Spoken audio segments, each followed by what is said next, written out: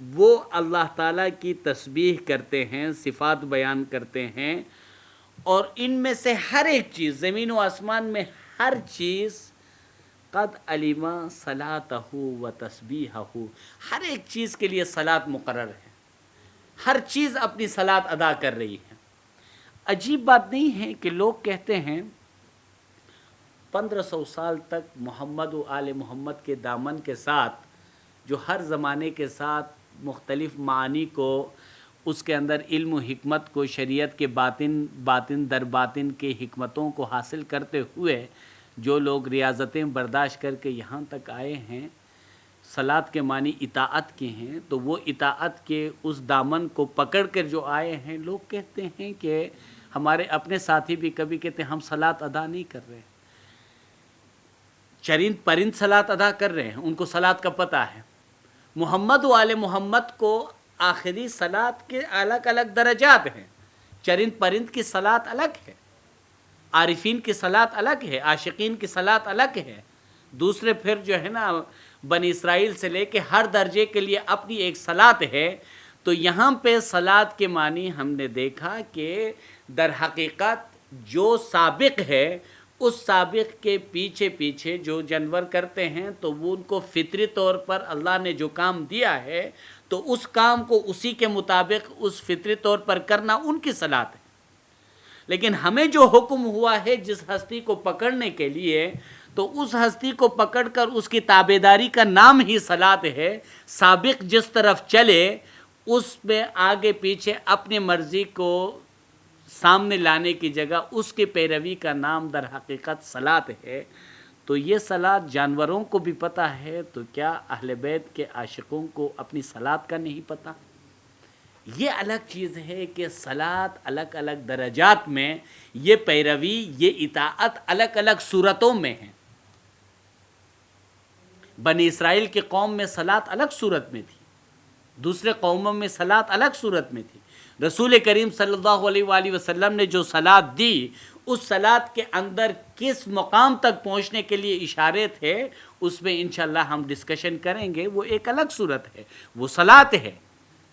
لیکن اس صلاۃ کے نتیجے میں کیا کچھ حاصل ہوتا ہے، اور جن کو کوئی نتیجہ حاصل ہوا ہے، جن کو کوئی در ملا ہے، اور اس سے کوئی علم و حکمت کے عجائبات اگر کوئی حاصل ہوئے ہیں، تو کیا ان کو نہیں پتہ صلاۃ کیا ہے؟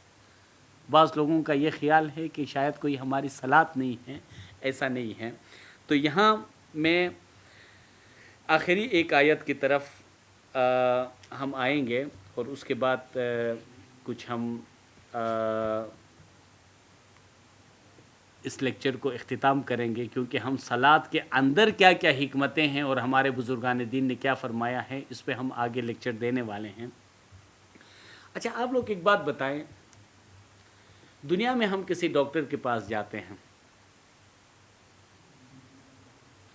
اگر ہم کسی ڈاکٹر کے پاس جائیں، وہ ہمیں کوئی میڈیسن لکھ کے دے،